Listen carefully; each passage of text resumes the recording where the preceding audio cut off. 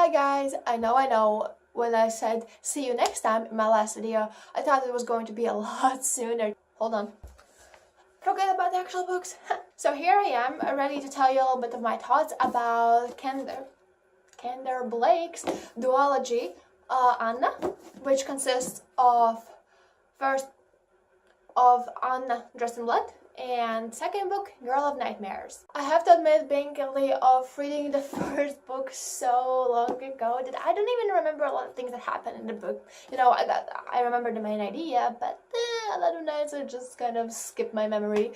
But the thing I do remember most is that I quite enjoyed this book. It was really interesting for me, and especially the part where the font in this book is not classic black and stuff, but it's actually, I don't know if you can actually see it, but it's really dark reddish.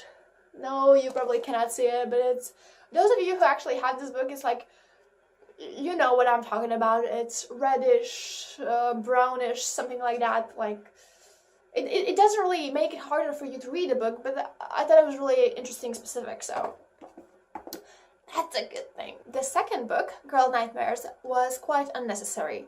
There was some parts that I liked.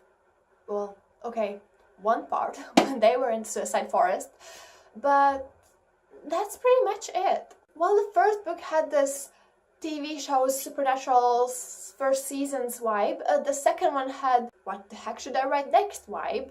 I mean, there was a story and some parts were really interesting, but the fact that those whole adventures and everything was based on one stupidity just made this book really unbearable to read for me. So, you see, I am a romantic person, I really am, and some may even say that I'm hopeless romantic based on the cheesiness I tend to let out of me time to times. But even for me, Cass was... wait, was his name Cass? Oh my god, I finished this book like seriously today and I forget the main character's name. Cass. Yes, Cass. Sorry. So even for me, Cass was not a man in love. He was just a stupid little boy who was willing... Sorry, mom's calling. Okay, I'm sorry if the angle of this camera just changed or something. I'm filming with my phone and my mom just called me, so sorry. Guilty as charged. So back to the book. Cass, for me, was not a man in love. He was a little stupid boy who was willing to risk his friends' lives for a girl who's not even alive. A dead girl, to save a person who is dead. Do you get how stupid that even is? Okay, even if she wouldn't be dead, even if she was still alive and they could end up together, which they couldn't, but if, you know. Can I just repeat myself about risking the life of his friends? This thing Cass had for Anna is like, I call them silent crushes. I don't know what is the actual term for this kind of stuff. I believe there is one.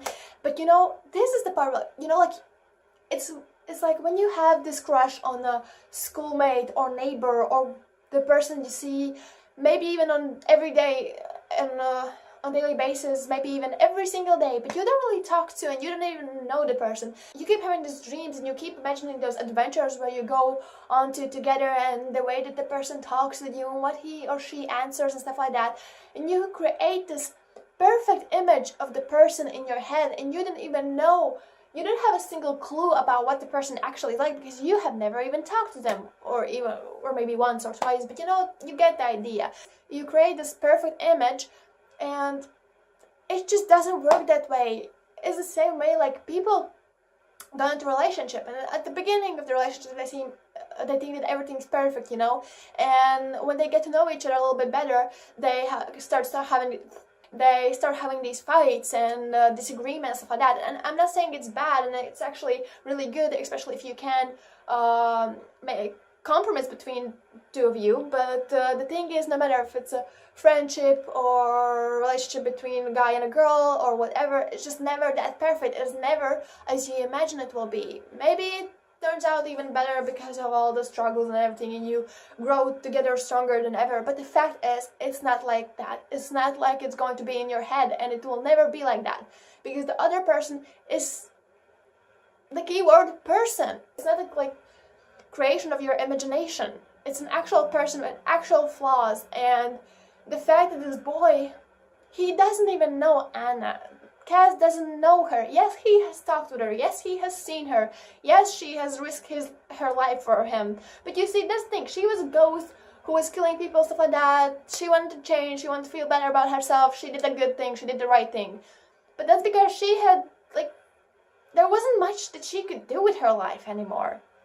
But Cass, he does not know Anna. He doesn't know her wishes. He doesn't know her past. He doesn't know her favorite colors or whatever. He doesn't know her favorite flowers and stuff like that. And yet, because of his silent crush for her, he is willing to risk the lives of his closest friends. And that is just plain stupid. And I hate this thought so much. I mean, crush is a crush, but closest friends, and I would understand if that would be like a real person and maybe and stuff like that, and maybe if it wasn't so dangerous, but he is willing to risk two persons that he loves for one,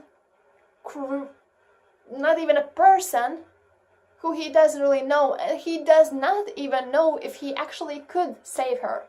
So yeah, that is my big problem with this book. The story and idea was good, but irrational to the bone, so it's a no from me. See? Did you get my reference? Did you? Simon Cowell. Anywho, at the end of the day, if I had to rate this duology, I would still give 2.5 stars regardless to the first book and how much I did enjoy it, because the second book just threw me off. But if I had to figure out whether I would suggest or not this duology and the story about Anna for other people, I guess I would, but at their own risk. But I would mention that maybe they should just stop after reading the first book. Maybe it's not the best thing to go into the second one. You can just stop at that. You don't have to read the second book if you are scared that it will ruin you this whole experience, you know. But that doesn't mean the first book was awful and you shouldn't read that one. It is up to you to choose. It is up to you to decide which option would be better for you. Maybe you have already read the story, maybe you loved the both books, maybe you loved the second one even more than the first one, you know, it's a matter of taste. So please do tell me if you have read first, second, or even both of these books, and tell me what do you thought about them, what are your thoughts, and maybe you have read some other duologies or series which you had the same kind of experience about liking some books or one book or whatever, and at the same time disliking the sequel or something like that. So let me know in the comments, feel free to talk to me, and I will see you the next time, which I really hope will be a lot sooner. Bye guys, thank you for watching.